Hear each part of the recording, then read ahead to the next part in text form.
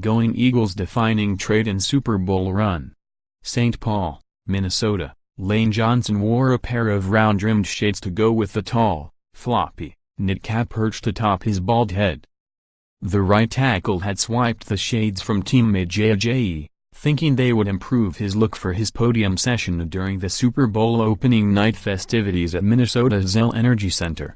"Trying to up my swag game," Johnson explained, and then went on to answer all sorts of wacky questions about ranging from fashion to his choice of sandwich meats, with a couple of football topics sprinkled in here and there. Johnson embodied the energy and mindset of his teammates as they entered the week, loose, confident and loving every moment.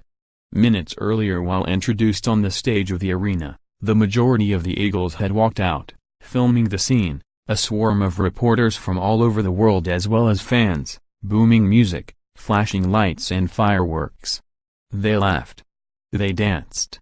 They sang. They soaked it all in. Why wouldn't they? They really shouldn't be here, not considering all they have endured this season. More, which NFL franchises never to have won Super Bowl or closest to title breakthrough? More, fly, Eagles, fly has become rally cry for Philadelphia fans, players. More, Eagles. Lane Johnson is not your average offensive lineman. Over the course of the year, they lost their most dynamic running back, Darren Sproles, for the season. Then they lost Pro Bowl left tackle Jason Peters and starting linebacker Jordan Hicks. As if that wasn't enough, quarterback Carson Wentz was lost for the year in Week 14 with a knee injury. But on and on the Eagles have rolled. Man down? Plug another one into that spot, get back to work. Home underdogs throughout the NFC playoffs? What do the oddsmakers know? Here the Eagles find themselves, a game away from their first Super Bowl victory in franchise history. Standing in their way, one of the most dominant franchises that the league has ever seen. But none of that matters this bunch. We just stuck together, defensive lineman Fletcher Cox told USA Today Sports. Throughout all those injuries and everything that happened to this team, those things brought us closer together. When you have a team that's steady pulling together, and you have a bunch of veteran guys, you realize that in this league, stuff like that does happen in football, and you just have to move on. The ability to move on after the injuries reflects the work of both Vice President of Football Operations Howie Roseman and Coach Doug Peterson. While Roseman worked to stock the roster with great depth, Peterson has and his assistants put those players, original starters and backups, in position to succeed. It shows his resilience. It shows the intellect in the front office, as far as getting the backup that we need, Johnson said. Offensively, Jason Peters goes down, starting quarterback goes down, starting middle linebacker goes down, so just having that depth across the board really helps. You see on some other teams when the quarterback goes down, the whole team dies. The snake and the head's done. But that definitely wasn't the case for the Eagles in their quarterback situation. Everybody, on the outside, was losing their minds thinking the wheels are falling off on offense and stuff like that, and because Carson is such an amazing player is why we could do everything, Eagles offensive coordinator Frank Reich said. No. As great a player as Carson is, phenomenal, MVP of the league as far as I'm concerned, but we're a team. And it starts with those guys up front, best offensive line in football. We run the football, we make plays down the field. So, we never wavered in that belief. I don't want to say it was comical, but it was like, okay, let everyone think that. We know and hear who we've got.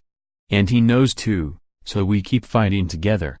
Players often take on the attitude of their coaches, and Peterson is both laid back and supremely confident at the same time.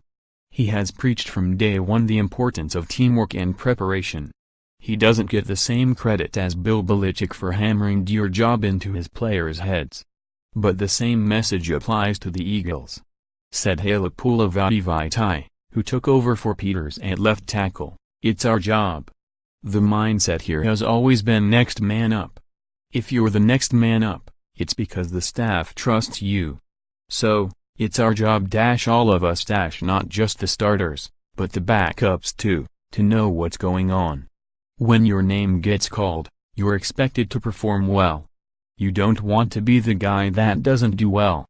Because they boast a strong pass rush, drawing comparisons to the New York Giants, the only team to beat Tom Brady in the Super Bowl twice. Many have wondered if the Eagles can follow that blueprint to upset New England. Former Giants defensive end Amenyiora even reached out to Cox to advise him on the best ways to attack Brady. Cox appreciated the insight, but he remained mindful that times have changed so much since then. People just find different ways to attack, but the main thing every week is to stop the run, Cox said. Stop the run and put them in those negative yardage plays, second and long, and that's stuff we've done all year, and then the guys in the back end do a great job of covering in those situations of longer down and distance. The faith in one another, confidence in their game plan and appreciation for their journey has helped create the Eagles' aura, which is noticeably different from that of the Patriots. New England's players carry themselves with a business-like approach. While Philadelphia might seem to have a different mindset, the team carries a comparable confidence. Considering all that the Eagles have been through, can you blame them? At this point, they're playing with house money. Follow Mike Jones on Twitter @ByMikeJones. Photos: one great shot from every Super Bowl.